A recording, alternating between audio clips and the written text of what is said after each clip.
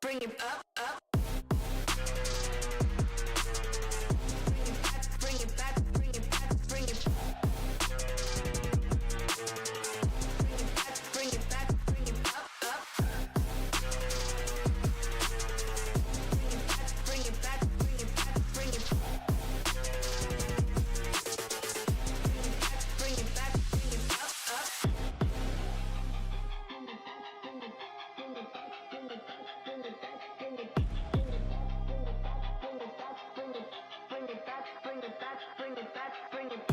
up.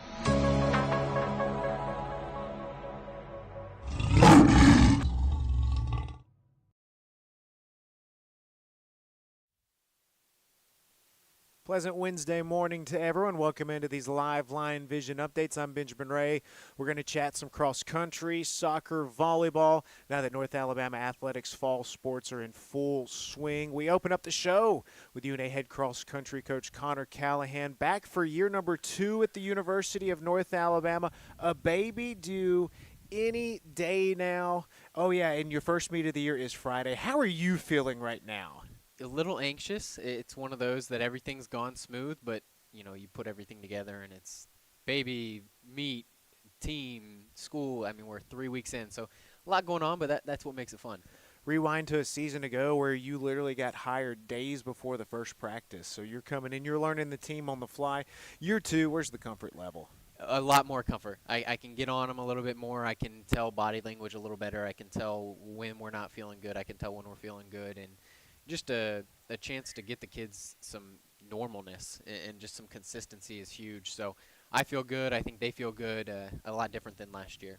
All right, so year 2, what was the preparation like this year compared to last year where you didn't know anybody? This year you know both teams, and you're able to put them through a full off season. Just how has the start of practice gone? A lot more controlled and things like that. It's one of those that when you hop into, when I did, it's one that you don't know what they've really done all season. You see, you hear, you kind of, they've been running, but there's different styles, there's different philosophies, and in this year they know the plan, they know what's the process, they know how I work, they know my mentality and workouts and things like that. So it's been one that they get to see kind of where we're at, and they have good guidance to where they're going.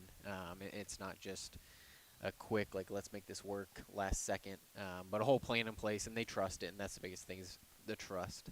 Last year you guys made history. first ever ASUN championship for any individual or team sport. It came in year 7. I don't think a lot of people would have picked cross country to be the first in school history. Brian Bett wins ASUN Runner of the Year, Freshman of the Year, individual champ, one of the most single-season decorated student athletes in program history. I mean, how much does that just radiate through this program? It's big time. It's one of those, I think part of the reason we got so many incoming freshman guys and, the transfer with Sammy is just the success that Brian had and the team had behind him. And it's one when you can put a guy out there like Brian that when he talks, people listen. And, people want to be around that. People want to be around success. Nobody wants to be a loser. And it's one that when you have a guy like him that can kind of set the tone and everyone kind of can lead off of him, and it makes an impact. It really does. And, it's one that having a guy like himself who can be at the top and is just a pure competitor. I mean, he does not back down from anybody. He doesn't care who's in the race. He doesn't even need to know who's in the race. He's ready to go. And I think that mentality is hopefully trickling down into the other guys on the team. And it's going to go a long way because if you're not ready to compete and not ready to hurt a little bit and feel bad at points of the race, then you're not going to be very successful. So he brings a lot to the table. And, at Media Day, we were talking with some runners, and they all kind of said the same thing of, hey, it might have been an individual award, but we felt like a team award because we train every day with Brian. He's one of us. And just what was the impact for the entire team? Yeah, it's one that when everyone sees it, everyone feels a part of it because everyone plays a part in it. And, it doesn't matter if you're a female on the team or a male on the team. It's one that when you're around it every day, that stuff, success is contagious, and it breeds to everybody. So having the ability to have him around, and like you said, we practice every day together. The men and the women are together. It's not split. It's one of those that the excitement the team felt afterwards, and then, he wins the conference championship, and then we go to the beach, and you get to have an experience like that, and you just put it all together in one day. I think that's kind of, it's the end of the season, but where those returners and everything kind of turns. And it's like, we can do this. And you have a new sense of belief within the program. And, now it trickles over to the women and seeing what we can do there. So Brian wins it last year, comes back for year number 2 from Kenya. How do you manage expectations for him? Yeah, it's one of those that we talk about it, but the biggest thing, like I've kind of said, is just compete, man. And he wants to compete, and he's not afraid of anybody, and he knows that the target is probably on his back. Some people, maybe want to get after him. Teams in the conference that, have some really solid competition, because it's not a conference that isn't competitive. It's a very competitive conference, so, we got to maintain and manage, and it's one of those that if you think that you can do the same thing you did last year and go win a conference title, it's not going to happen. So you got to be a little bit better this year, and the training I think this summer has been better than it was last summer when he was still trying to come over and everything like that. So we got to manage what is doable, and we want to believe that we can go out and he can challenge for a conference championship, but no one's ran yet. On our end. So we got to see where we're at and see where we need to make some changes. You've got Brian back. You've got another all-conference performer and all-freshman in Vincent returning. Tell us about the returnees as a whole and what you've liked so far. Yeah, we talk about Brian, but Vincent kind of gets overshadowed a little bit by Brian. And we talked yesterday, and it's like he told me straight up, he's like, Coach, with Brian ahead of me, that forces me to run faster. And I told him, I said, well, you got to look at guys like Aiden and Brent, who if you're running to chase Brian, they're running to chase you. And it's all a competitive, healthy competition. So it's one that when we bring guys like Jackson, Brent, and Aiden back, that's who we need to step up this year.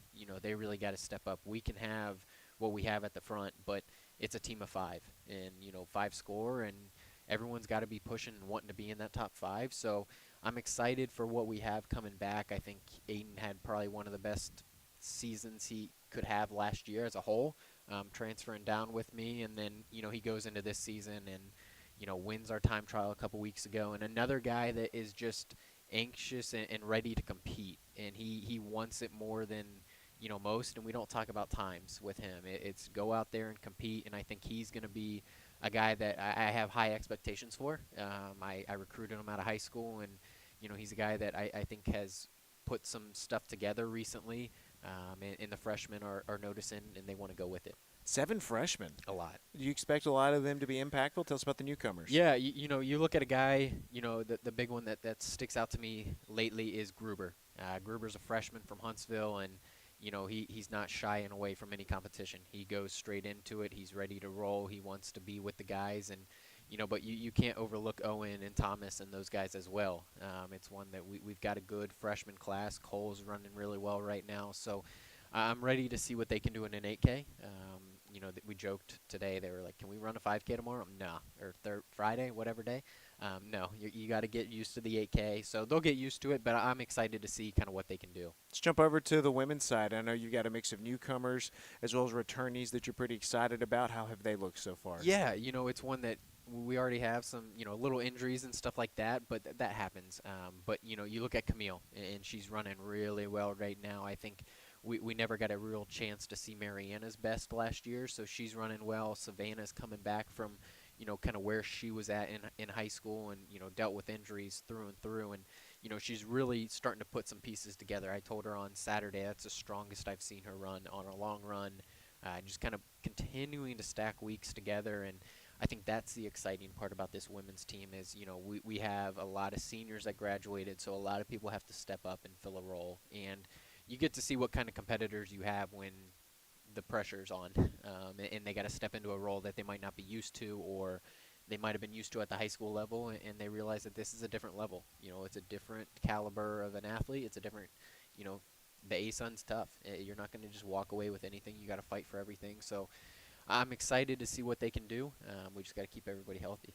So it kicks off. It starts. We enter the box. Yeah, What's I don't even what's the know. beginning phrase? I've never really head to the start line. Is Head, always we, what I. we head to the start line on Yeah. Friday. There we go. The UNA Invitational Friday morning down at McFarland Park. It's a great crowd event, first and foremost. The baseball team was out there. They were rowdy.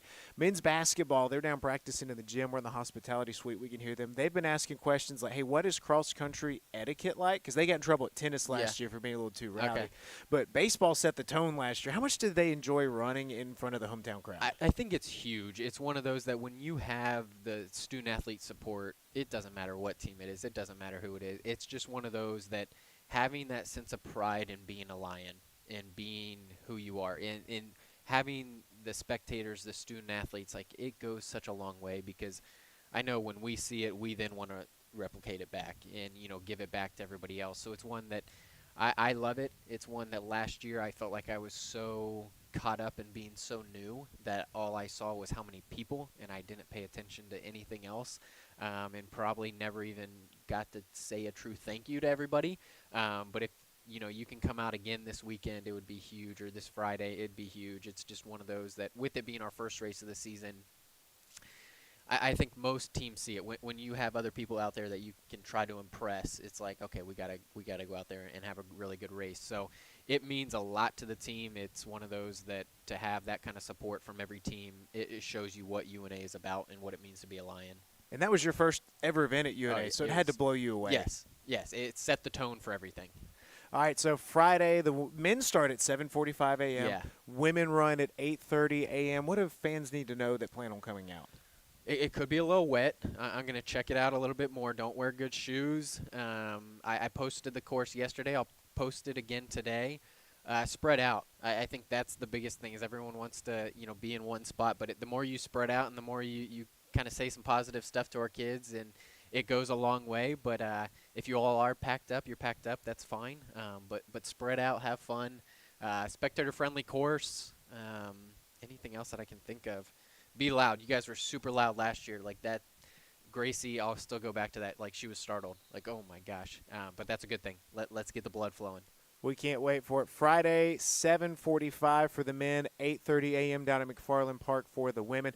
Hope to see you out there. And, Coach, last thing, shout out to your wife. I know she's due any day now. We'll be thinking about you guys, praying for you guys. Thank you. Baby number one, cross-country race number one. Your world's about to get hectic. It's coming. It's good. It's good hectic. So we're excited, but thank you. Congratulations. Best of luck. We'll take a timeout. Next up, we'll talk some UNA soccer with Chris Walker. We'll do a little set change, and we'll be back.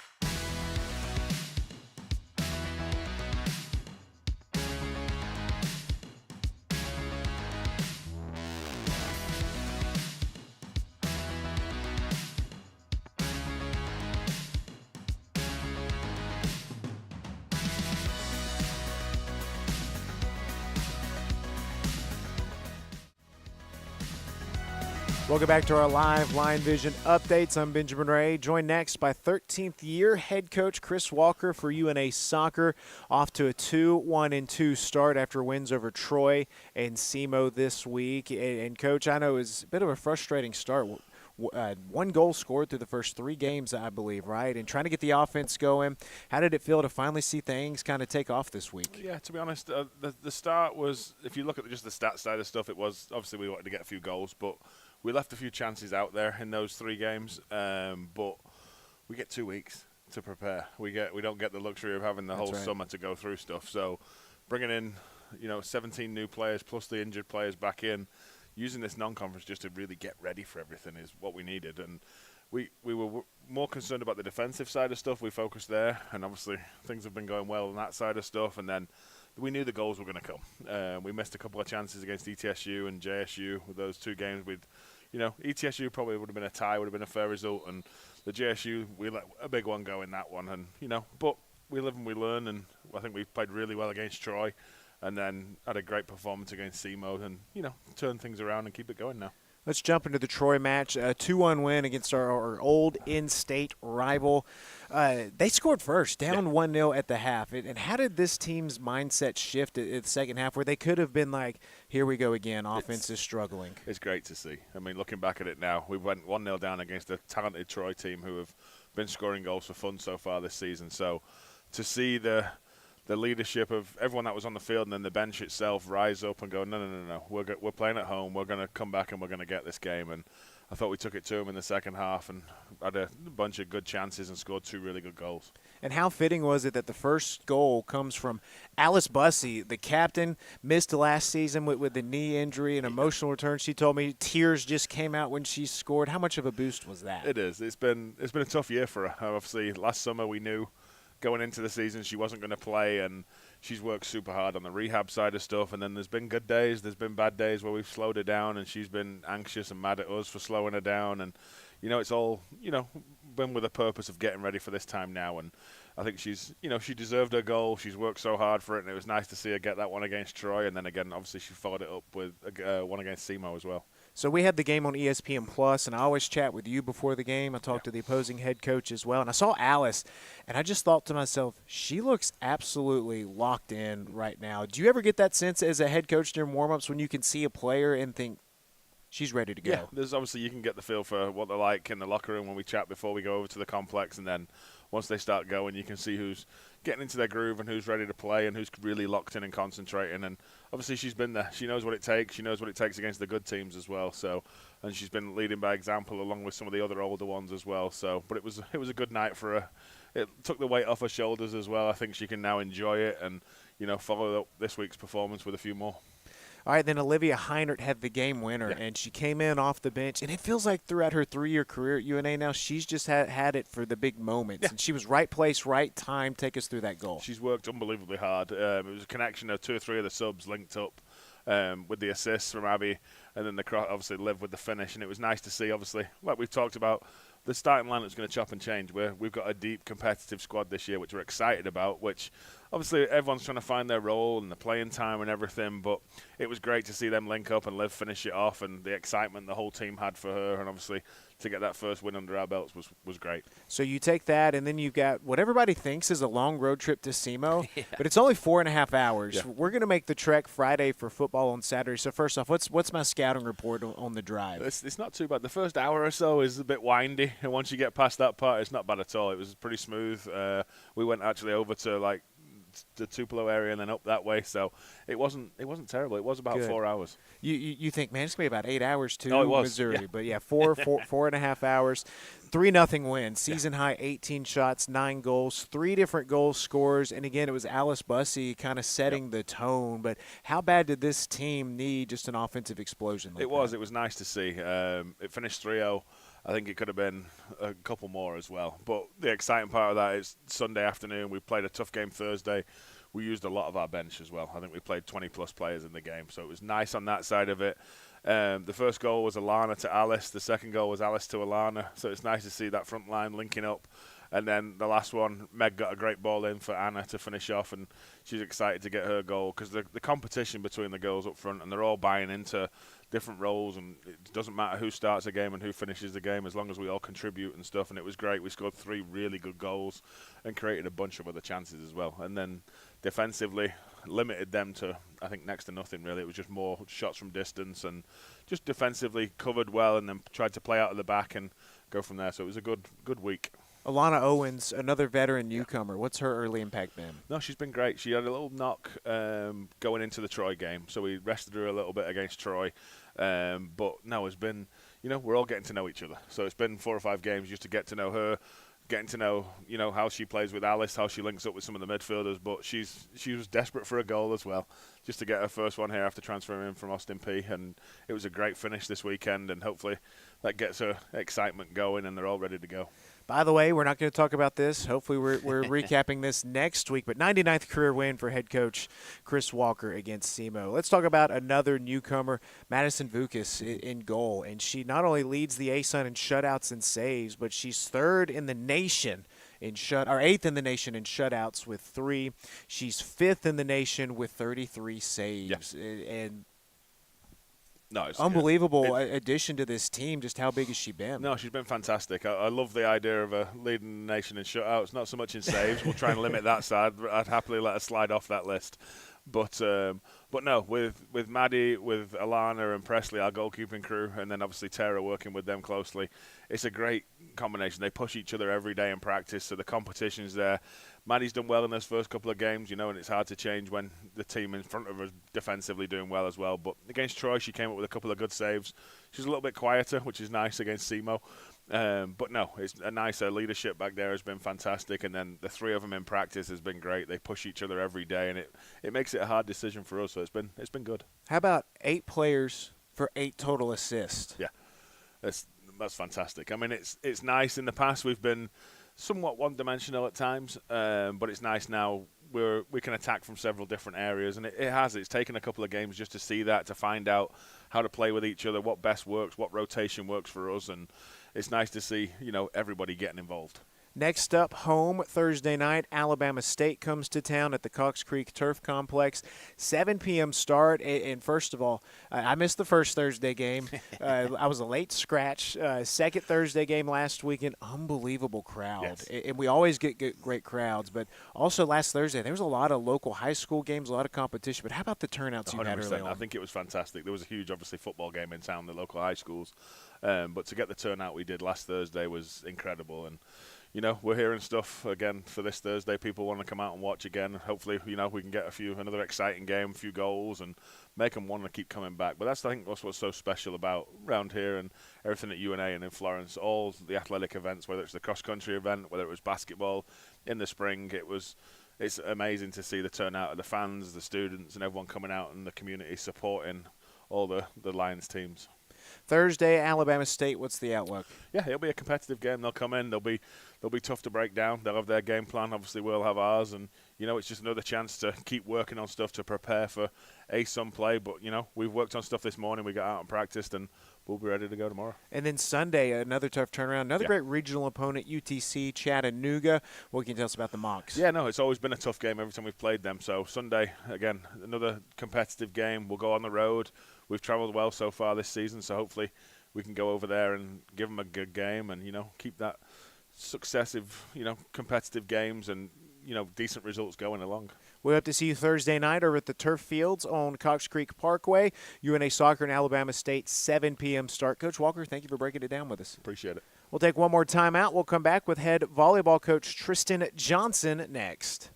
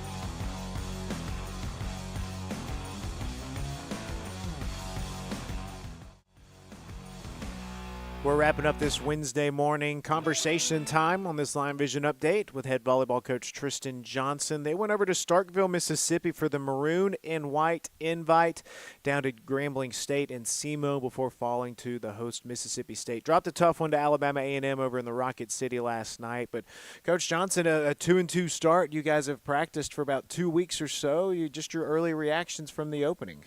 Yeah, I mean, came out of the gates really hot. I mean, when we played Grambling the first set of the year, we won 25-6, and 5 of their 6 points were our missed serves. So they really only earned 1 point, which, was an awesome start to the season. And then, it finished that match off, and then the SEMO match just really showed a lot of heart. We were really tired.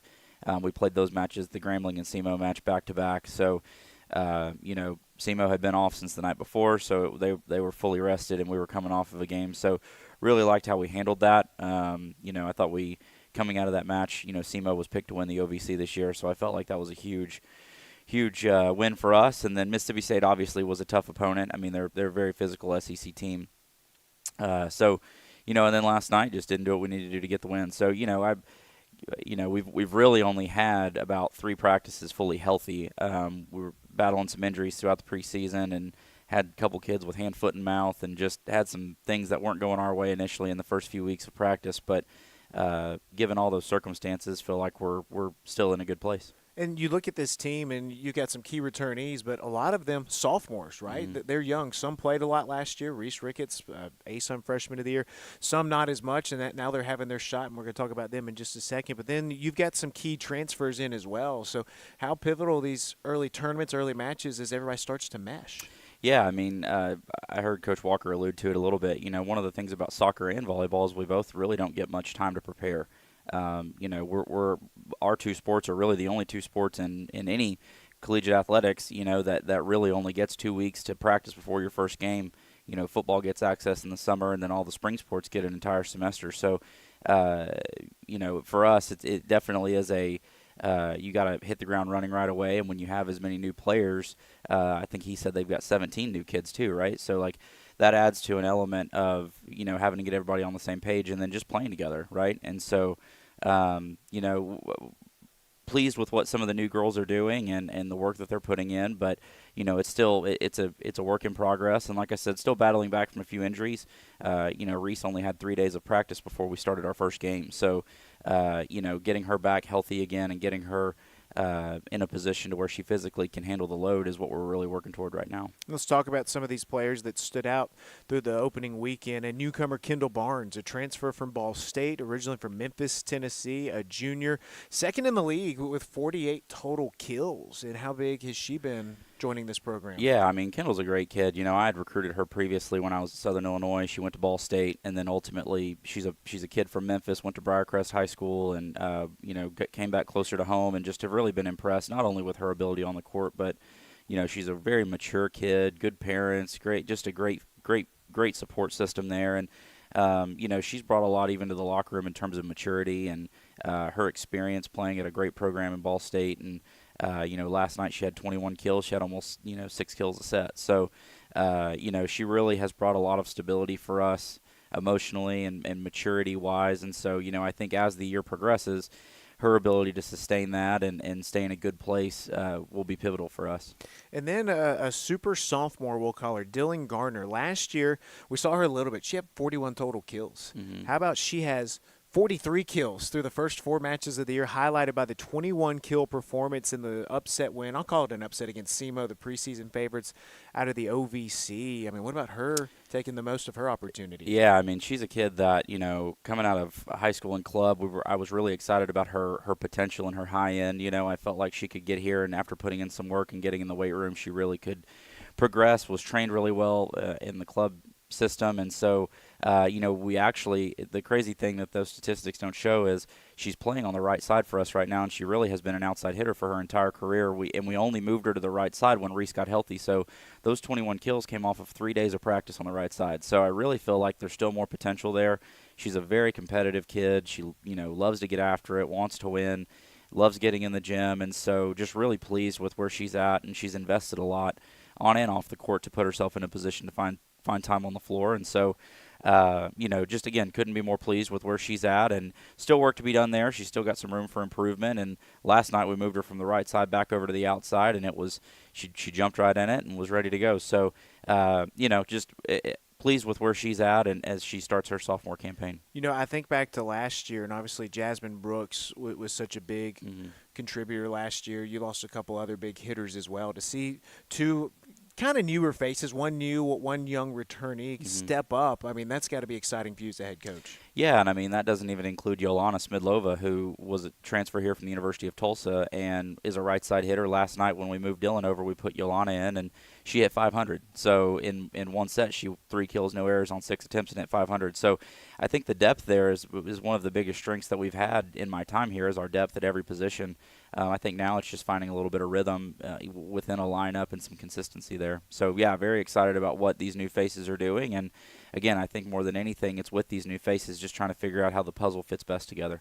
So we played 4 matches in the first 4 days of the season. You guys will take a couple of days, and then you'll go down to Birmingham to the Blazer Invitational, hosted by UAB. You'll take on Tennessee Tech and UC Upstate on Friday. Then Saturday, the host UAB. So easy drive down if you need something to do this weekend. But give us the outlook. Yeah, just another opportunity to compete.